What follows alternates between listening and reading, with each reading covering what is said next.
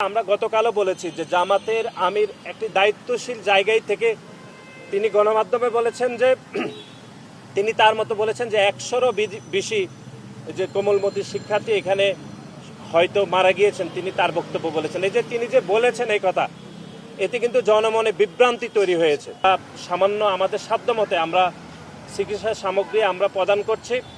এটি বাংলাদেশ জাতীয়তাবাদী ছাত্রদল, আপনারা জানেন যে একটি ছাত্র সংগঠন হিসাবে আমাদের যেটুকু ভূমিকা রাখা দরকার গত কয়েকদিনে আমরা সেটুকু রাখার জন্য আমাদের আপ্রাণ প্রচেষ্টা ছিল, এবং তারই ধারাবাহিকতায় আমাদের সাধ্যমতে আমরা এখানে চিকিৎসা সামগ্রী প্রদান করছি।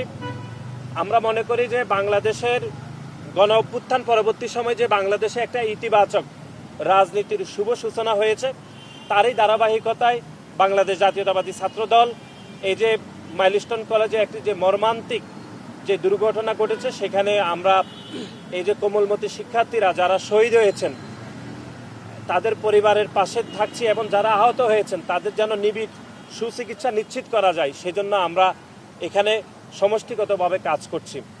এবং আজকের এই চিকিৎসা সামগ্রী হয়তো এটি যারা এখানে চিকিৎসা নিচ্ছেন তাদের জন্য হয়তো এটি পর্যাপ্ত না, কিন্তু তারপরেও ছাত্র সংগঠন হিসাবে আমাদের যেটুকু সামর্থ্য রয়েছে সেই সামর্থ্য দিয়ে আমরা ওনাদের পাশে থাকার চেষ্টা করছি, এবং আমরা সরকারের নিকট আমরা বিনীত অনুরোধ করব যেন ওনাদের সুচিকিৎসা নিশ্চিত হয়, সেজন্য সরকার যাবতীয় প্রতিটি পদক্ষেপ গ্রহণ করবে বলে আমরা বিশ্বাস করি। এবং আপনারা জানেন যে এই যে মাইলস্টোন কলেজের দুর্ঘটনা ঘটার পর থেকে সামাজিক যোগাযোগ মাধ্যমে কিন্তু বিভিন্ন প্রোপাগান্ডা হচ্ছে।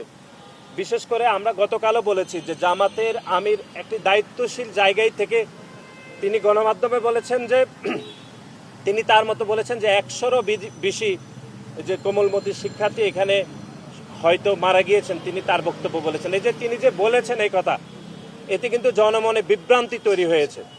কিন্তু আমরা আমাদের সেনাবাহিনী, আমাদের সশস্ত্র বাহিনীর উপর আমরা চরম আস্থা রাখতে চাই, এবং ওনারা যে সংখ্যা বলেছেন সেই সংখ্যার উপরে আমাদের পূর্ণ আস্থা রয়েছে।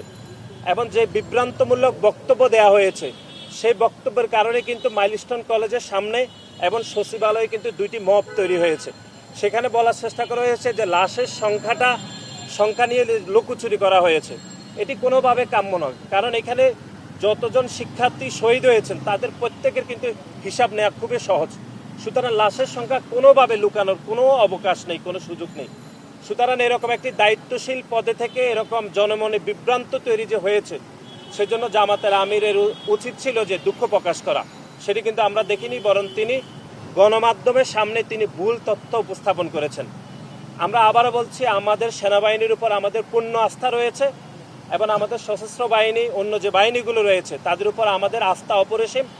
আমরা শহীদদের সংখ্যা নিয়ে আমাদের যেটি গণমাধ্যমে প্রকাশিত হয়েছে এটি আমরা পূর্ণ আস্থা রেখেছি, এবং আমরা মনে করব যে সরকার যারা শহীদ হয়েছে তাদের প্রতি পরিবারকে তারা রাষ্ট্রীয়ভাবে ক্ষতিপূরণ দেওয়া উচিত বলে আমরা মনে করি। এবং যতদিন পর্যন্ত এই যে কোমলমতি শিক্ষার্থীরা সহ এখানে শিক্ষক যারা আহত হয়েছেন তাদের 100% চিকিৎসা নিশ্চিত করার জন্য সরকারের কাছে আমরা বাংলাদেশ জাতীয়তাবাদী ছাত্রদলের পক্ষ থেকে আমরা জোর দাবি জানাচ্ছি।